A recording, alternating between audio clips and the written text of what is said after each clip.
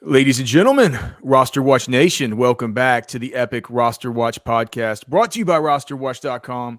My name is Alex Dunlap here, of course, with the Trashman. Have some important things to get to today. We actually have the skeleton of the V1 of the 2023 Best Ball Cheat Sheet that we're going to be working through today. Trashman, so it starts again. The magical cheat sheet products coming to fruition right here after the NFL Combine. Can you believe it? Seems just like yesterday. and needless to say, the redraft cheat sheets are going to be much different than the best ball cheat sheets, just because the structure of your draft is going to be different. The way that you're going to be taking is going to be different. There are different instructions as far as allocations of different roster spots on the best ball cheat sheet, whereas on the redraft cheat sheet, all that stuff will be built in. There will be allocations and stuff you need to go by on the best ball cheat sheet. And obviously the scoring and the roster construction and everything else like that is still taking a lot more into consideration with the best ball cheat sheet. But this is sort of the basis for getting everything going. And coming into the summer, this will be like the bedrock of what we sort of break off into the PPR, the Superflex, and the and the standard cheat sheets for all of our users over there. We're also going to be breaking down who do we talk about, Trash Man? I've already forgotten. Was it Shorter? all right. Yeah, so we'll also be talking about Justin Shorter, who we just saw at the NFL Combine out of Florida. Trashman did his write-up on him. I have some thoughts on him after seeing his live on-field work and kind of getting an idea. We'll talk about Shorter whenever we get to Shorter. It was an interesting – I took a circuitous route to where I finally ended up on him. But first, best ball stuff. So, Trashman, they're beginning to be some sort of tiers forming. If you just look at ADP and when making the best ball cheat sheet, I have to start out with just the ADPs, right? I have to start out with the ADPs because I don't want to break ADP in order to make sure that our exposures to certain players aren't, that we're not, unless we really, really want to be in the late round, 17th, 16th, 18th round of these drafts. We don't want 100% exposure to any of these guys because a lot of these people who are using these cheat sheets like you and I last year, we're going to have a whole lot of best ball drafts over on Underdog, and we want a portfolio of them. We want to give ourselves as many chances to win in these tournaments as possible. With that being said, we do want higher exposure to others, and we do want players that we have relative fades on. And that's what the cheat sheet does, is it gives you leverage versus ADP. But we have to start with the ADPs and sort through these tiers, right? And so as I'm creating the skeleton, there are some that really stick out to me. And just first, I think that the conversation needs to be had just where exactly prior to the NFL draft, prior to landing spots, how exactly do you value Bijan Robinson? I mean, we're here, based closely near Austin, Texas. Spent a lot of time in Austin in our lives. Trashman, as many of you well know, graduates of the University of Texas. I'm down the street from the stadium. Yep. I'll be at the stadium in about 3 hours for pro day. I mean, this is a program that we have observed closely, and one where it's maybe a little bit hard for us to not be biased about Bijan, but I don't know. It almost feels like the whole world is homers for Bijan at this point. Trashman. I mean, he is going right now in best ball at basically 12 overall. He's going at, so basically there's a tier of Austin Eckler, Jonathan Taylor, Bijan Robinson, and Saquon Barkley. That's sort of a tier that goes after we get through. It feels like the chalk at the very top is going to be Justin Jefferson and Jamar Chase. Then it feels like everybody goes Christian McCaffrey right there with the third pick in these initial sims that I've run. After that, it becomes interesting. People will choose usually between Cooper Kupp, Tyreek Hill, and Travis Kelce right there, just because the nature of best ball and just what we saw out of Kelce last year and everything that Kansas City's losing and all the rest. In best ball, you don't – to have a guy like Kelce right there at the very beginning is last year actually was like an absolute nuclear threat. And I'm almost to the point – it's probably the wrong year. This could be is this the wrong year to decide that I'm not worried about Travis Kelce's age anymore? It could be just the wrong time. Like I've been worried for 3 years and then I stopped worrying and now he's actually kind of old. but I think he's fine to kind of go around there. Generally, it feels like when you start getting around Stephon Diggs, Devontae Adams, those kinds of players, people start choosing between the Austin Ecklers, the Jonathan Taylors, the Bijan Robinsons, and the Saquon Barkleys of the world. Whenever you're also choosing between Stephon Diggs, Devontae Adams, A.J. Brown, CeeDee Lamb. With that being said, Bijan Robinson went in this most recent one that I'm doing for the big $10 one on Underdog. I forget what it was called, the big board or something. Mm-hmm. Bijan in the most recent one I started just last night that I'm on the clock for my third pick right now. Bijan went at the 1.01. So there are obviously people who are going crazy about him. Before we know his landing spot, where do you think Bijan belongs in that tier to be taken at between the 1.08 and maybe the 2.01 in best ball? I think about it from another homer perspective, and that's from the Dallas Cowboys perspective, and thinking about what if the Cowboys did take Bijan Robinson, and then he's in that backfield with Tony Pollard. Does he then deserve a first round pick and best ball formats or otherwise? And I don't know that that's would your calculus in that snemio be that Zeke is also still there and Bijan's around for 1 year? I feel like to me, the calculus with Bijan is, do you remember when Stan Drayton came to Texas and he was Bijan's running backs coach? He came to Texas from Ohio State where he was Zeke's running backs coach, and Zeke has come to Texas every year for Bijan has guys like in the program like Jamal Charles and guys like Deontay Foreman and guys like Ricky who work up there at the school. You know what I mean? And all these great running backs that have come through, and he calls Zeke Elliott his big brother. I mean, Zeke has been the one that's been in contact with him. He's the one that I would think the Cowboys might. Feels like if they brought in Bijan, they'd want to have him with Zeke there with him, maybe for a year. I'm not sure. If Zeke restructures his contract, then I could potentially see that happening. I don't know. Well, from the market, it doesn't seem like he's getting much attention from anywhere else. So maybe he does stay. Speaking of that, it sure seems like Lamar Jackson's not getting much interest around here on this non-exclusive. Isn't that weird? I know that's completely off the rails. Something we don't know, but I mean, he wants guaranteed money, and with his injury history, I think maybe people just aren't bullish. But it seems like some team that primed for the Super Bowl would take that shot. I figured there would at least be one by now, right? Where we're hearing like there's big news, all the rest. Like we're just starting to hear today about, and we'll get into some of this, but when we talk, because there's a specific ADP that I want to talk about regarding the Aaron Rodgers rumors swirling today with him and the Jets. But you figured that there would have been somebody. I think this is the NFL just saying screw you to the Cleveland Browns for making that dumb deal. We're not going to let this be the new precedent. Yeah, we're just not. So talking about Bijan again, I think earlier in the second round, I feel a little safer with. Well, do you feel fine? But all right, but do you agree that tier should exist with Eckler, Jonathan Taylor, and Saquon Barkley there starting at around pick 107, 108, and you're fine with Eckler, Taylor, and Saquon there, but not now the Saquon going to sign the franchise tag, but not Bijan in that same tier? Because right now, Bijan in that tier it goes Eckler, Taylor, Bijan, Saquon. And we've already talked about guys like Henry. No, Derrick Henry does not go until after you get past like CeeDee Lamb, Amon-Ra St. Brown. I see Derrick Henry coming off around the same time that you see the first quarterback starting to go off. So, like I said, I've just gotten started with these since I've started testing the sheet.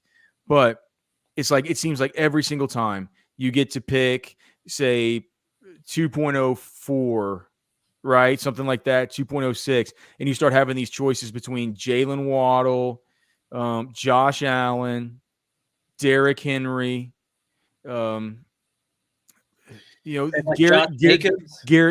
Wilson is sometimes creeping in there. Josh Jacobs goes right next after Henry. To me, that's where I'm more comfortable with Bijan. I mean, Josh Jacobs led the league in rushing last season. And he's back, right? Yeah, and he's back. And they trust him more. They only have him on a 1-year deal. They're not going to be hesitant to run him, I don't think. So, okay. So you think So we're going to be lower than market on Bijan Robinson. Right this moment, it seems like that's the prudent course of action. But, I think once he lands somewhere where we'll have a much better, much clearer picture. I might just do? I might just split the difference here and bring down that whole tier to where the tier drop doesn't exist between Eckler, Taylor, Robinson, Barkley, Derrick Henry, Jacobs. Move all those guys down to where it's not going to give you the choice. You're going to have to take Stephon Diggs over Austin Eckler. And then after that, when you get to the A.J. Browns, Devontae Adams, CeeDee Lamb, Amon-Ra St. Brown, Jalen Waddle, Garrett Wilson to area, you'll have a running back you can choose instead of either of those guys at each one of those spots. And we'll take Bijan and we'll make him the bridge between that top tier that we just talked about and Derrick Henry to Josh Jacobs, because that would make us a little bit low on Bijan, but make it to where we might still be able to get some exposure to him. Yeah, that makes sense. Even if you personally only value him there, I think for the benefit of our users, we don't want to get blanked on Bijan just in case he goes out and does Bijan things as a rookie. That's fair.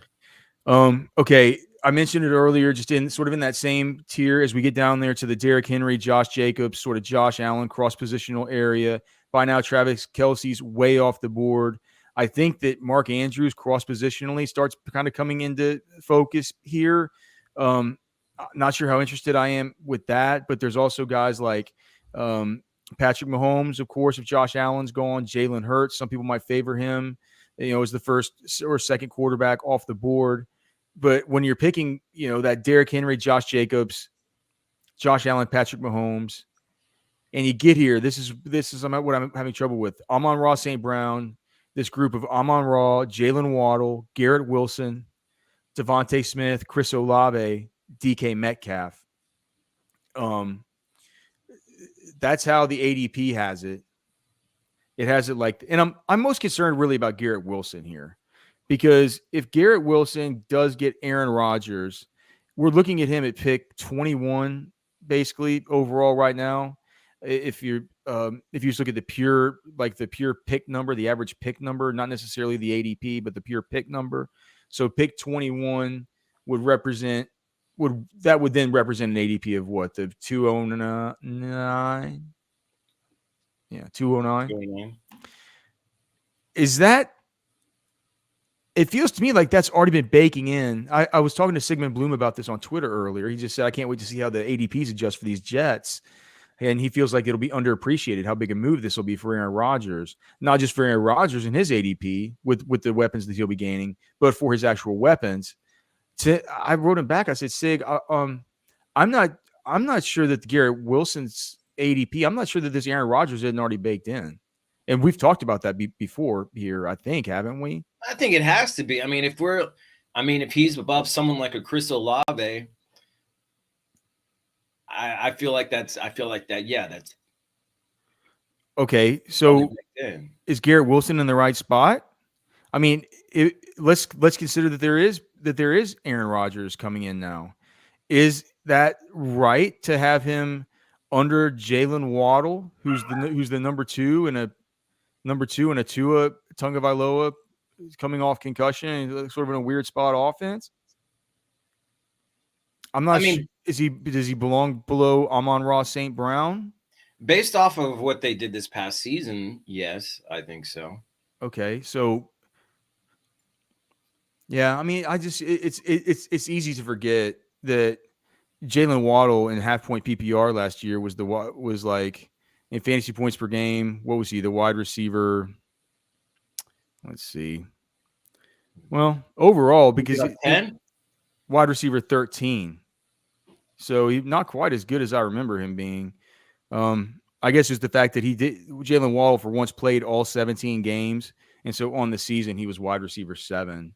Yeah. But as far as the fantasy points per game, wide receiver 13, I think I think you can have the discussion in half PPR between Jalen Waddle and Garrett Wilson if we do factor in Aaron Rodgers. I think that's a discussion.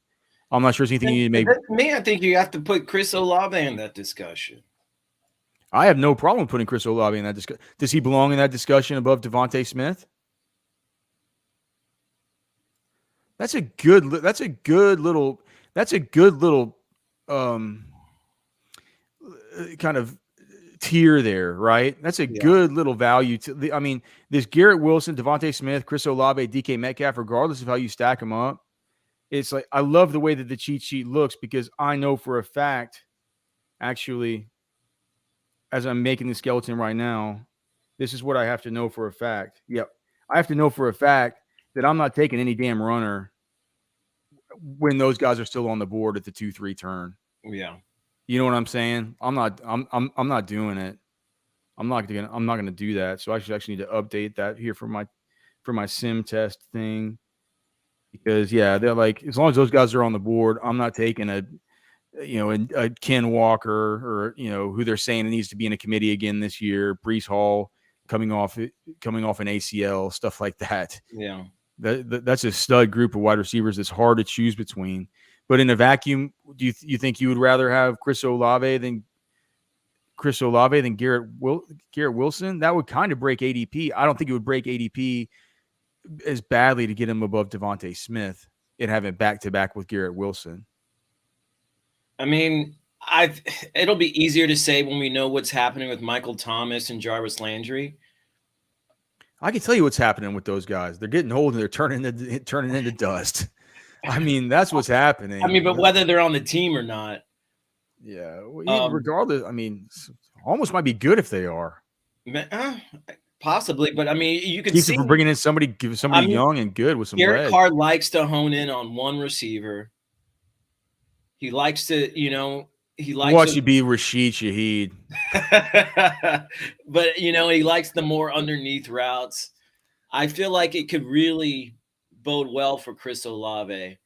It's so funny that people view Chris Olave as just this downfield threat just because he averaged 2.2 targets per. What was it, 2.2 targets per game of over 20 plus yards last year? It was like led the league. Yeah. And people are just like, oh, he's just a deep threat because he's got this 4.3 speed. It's like, dude, no, man. Like, he's really good underneath as a possession guy versus zone. I think he'll be a guy that very complete. Dude, he's gonna be a guy that Derek Carr is not gonna win any Super Bowls for the New Orleans Saints, but he's going to help some fantasy managers win some Super Bowls with what he's able to do with feeding Chris Olave, I think. Yeah. And so for that reason, I feel like Chris Olave is right there with Garrett Wilson for me, especially because, I mean, Garrett Wilson's got some competition. A capable quarterback comes in and they can utilize Elijah Moore. All right. So I'm making that change right now. I'm getting Chris Olave up over Devontae Smith here at the very top. That's a pretty significant move. I don't think it's going to break ADP. I don't think it's going to break anything. I'm going to find out as I'm running more and more of these tests and throwing these live bullets out here on Underdog just to get this thing tested as well as I can manually before we start being able to really, really, really run massive sims. But I want to run these manual tests just to make sure that everything is, it's like going to the range and getting your gun like bore sighted, right? And then you can go down. I've never actually shot a gun. What? Are you serious? Yeah. Oh, come out to the range one day. As a kid, I used to shoot a pellet gun and BB gun with my cousin and his compound bow and arrow. We go over to his house and do that, but that was the extent of it for me. Yeah, man. Well, come over here. Come over here and see the gun show, man. We'll head out to the range, brother. All right. Speaking of the gun show, what about? I mean, talk about just flexing your muscles and flexing your guns. The things what I like to do in these early best ball drafts, if I can, and I love getting the number 1 or the number 2 overall pick. I was able to do this actually as well with the number 4 overall pick, I believe, in that draft last night where Bijan went 101, was to get Jamar Chase or Justin Jefferson with your first pick, and then come around here at this 2-3 turn where if those guys we talked about earlier, the Olaves, Devontae Smiths, et cetera, are all off the board, there are these guys hanging around here like Ken Walker, Breece Hall, Travis Etienne, Nick Chubb, Tony Pollard. Do you have an idea of how you would stack those guys up? And if in your Tony Pollard at the top, really? I mean, I think we're low on him. No. Well, I think ADP is low on him. Yeah, like this is the skeleton. Like this is the skeleton. Yeah. You have to make the skeleton by ADP, and unless you want the whole thing to be broken. Like we said, like we're just bore siding this thing right now. Right. I think ADP is low, criminally low on Tony Pollard right now. There's Cody, man. What's up, Cody? Okay, so, but my take when looking at that tier, Trashman, was that it was Travis Etienne who was too low. I don't know. What I mean, what's so wrong with Travis Etienne? I think that I think I remember reading something just yesterday about them definitely bringing in help in that backfield. Maybe I'm mistaken for someone else, but I feel like his situation maybe is a little bit more tenuous. You think that Tony Pollard, you're not worried at all that Tony Pollard is going to have a split backfield anymore? I mean, even if he does, I think he'll probably be the lead back in that backfield.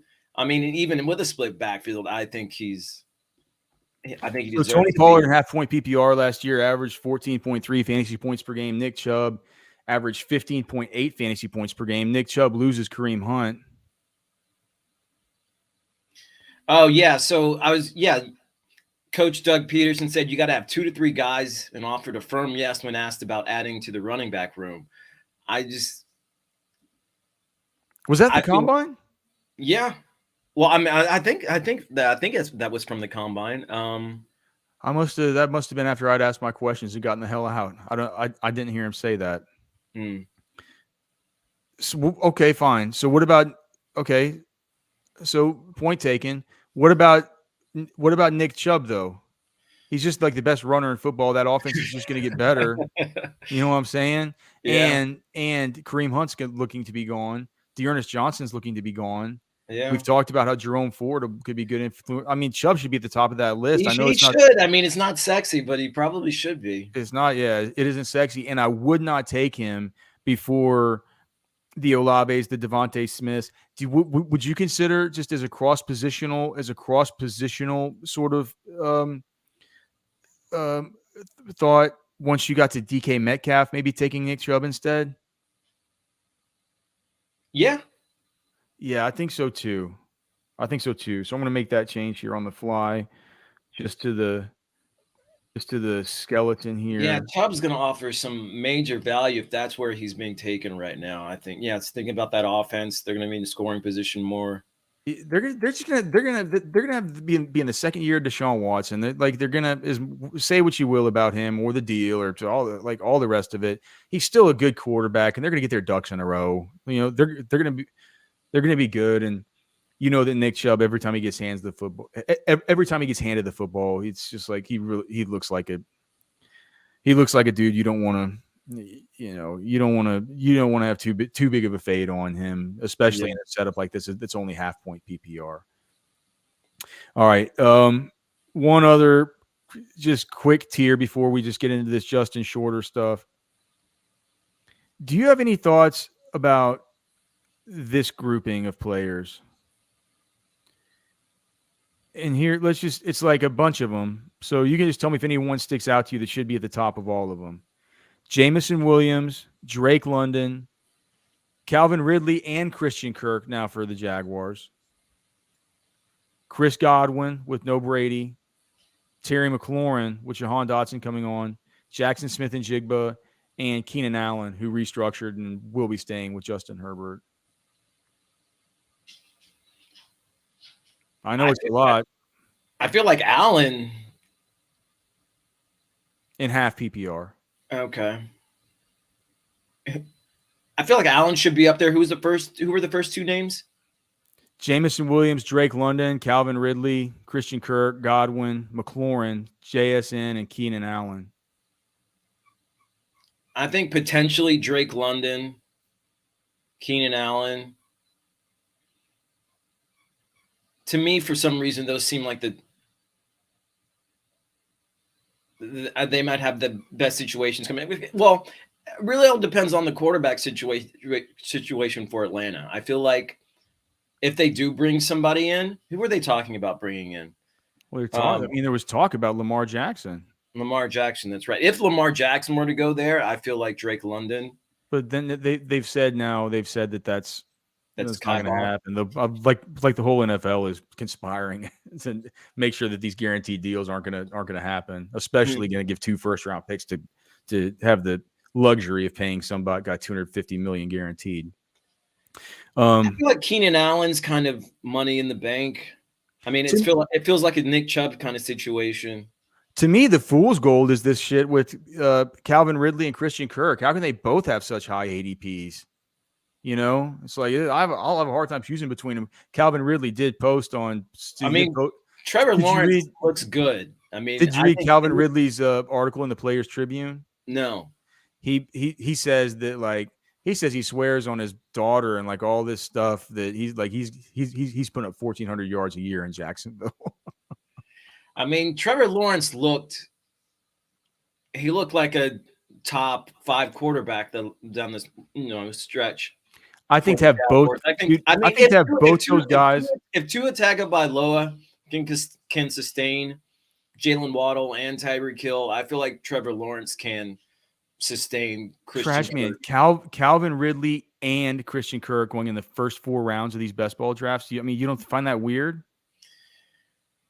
I mean, it's bizarre, but if we're just going off of what we've seen Calvin Ridley be able. I mean, when Calvin Ridley came into the league, he was like a Jalen Waddle, as far as the upside there. Yeah, it's fair. To me, it's just like kind of like our friend Matt, the Podfather, always says, man, it's the law of the conservation of targets. I just if you're gonna have both those guys up that high, you damn sure better have Justin or Trevor Lawrence up pretty high, right? It's like you're gonna have those guys that high, you gotta have them. You gotta have Trevor up high. So, yeah. All right. Maybe we bookend that tier with those 2 guys. I think that's a good idea. All right. Let's talk about your guy, Justin Shorter. I was, my thoughts on Shorter. He is 6'3", 224 pounds, 10-inch hands, 33 3/4-inch arms. He ended up with a 4.56 second 40 time, which honestly might be even a little bit faster than I thought it was going to be. I had him projected at a 4.5.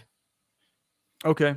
Well, Let me just say this. So he's 22 years old. He's going to be 22 years old in 2023. Regardless of what I've seen elsewhere, our breakout age model is not showing him having a breakout period ever. He's never had, if you take the percentage of team receptions and you average it with the percentage of team receiving yards and the percentage of team receiving touchdowns, and you don't get up to 20%, it's not going to show up in our breakout model. It's for our breakout age model. And so we don't have a breakout on Justin Shorter. The offensive market share receptions last year, 15% of receptions, 17% receiving yards, 11% receiving touchdowns for total production percentage, i.e. the breakout age threshold of needing 20%. He was only at 14% last year. 88th percentile height, 77th percentile bench press, 80th percentile broad jump, only a 50 percentile vertical, 37th percentile 40, 33rd percentile 10-yard split. So the broad jump is a good measurement of explosion. That's the only explosive test, though, that he was able to show well at. We don't have the agility scores on him, and I think if we did, they would be pretty bad because, Trashman, I'll tell you, the thing about Justin Shorter is first guy off the bus. You see him there at the podium. You see him walking around the convention center. You know how these guys look when they just stand out. And you know that Shorter's going to stand out when he's 6'3", 224 amongst this class of wide receivers. He just is. It's like, oh my gosh, what if this guy, what if he runs well? What if he looks good in the on-field drills, the on-field testing? His on-field testing was brutal. He's so big and ripped and just very like barrel chested and big shouldered and like a Tolbert. But Tolbert's almost a little bit more sinewy. I think Tolbert's a little more slender. This guy's more AJ Brownie, more DK Metcalf. He's just very like just bulging muscles everywhere, right? Bulging muscles everywhere. And he has just a lot of trouble, very, very, very lumbering in his breaks, into his breaks, out of his breaks. Actually, you had said something, you thought he was smooth, a little bit smooth in some of those transitions. I had to go ahead and edit that in the write up that you did in the eval, just because, like, to be honest, if you ask me who the least smooth player was out there on the field for the on field drills, I might say Shorter. Just as far as his body control and the gauntlet, stuff like that, just all things that you pretty well noticed. And so I think if he was to do the change in direction testing, if he was going to do the short shuttle, if he was going to do the 3-cone, those might have been things that he would have struggled with. Does that mean everything in the world? No. As we saw with DK Metcalf, it doesn't mean everything in the world. But to me, he feels like a guy who, he's lumbering and stiff. He's got a little bit of an injury history, and he had pretty lackluster production in college, as you mentioned. As I mentioned, he never had the breakout. With that being said, Florida hasn't had the most steady quarterbacking.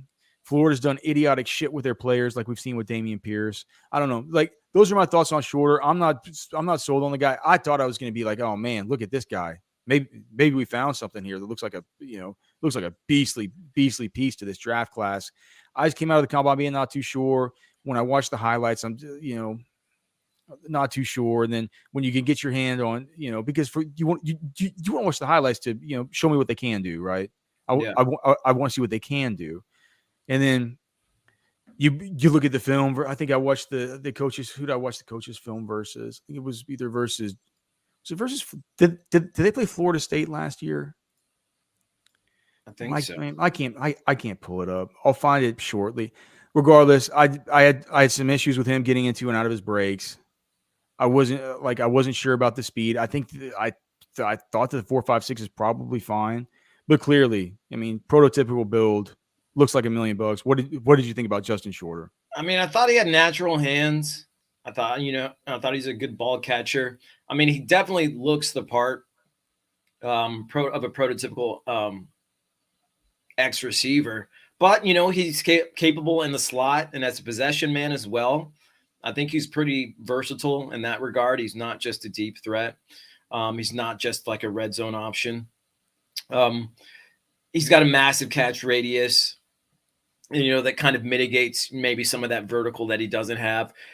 My big question mark with Shorter was, his lackluster production in college. He only caught 110 passes in 5 seasons.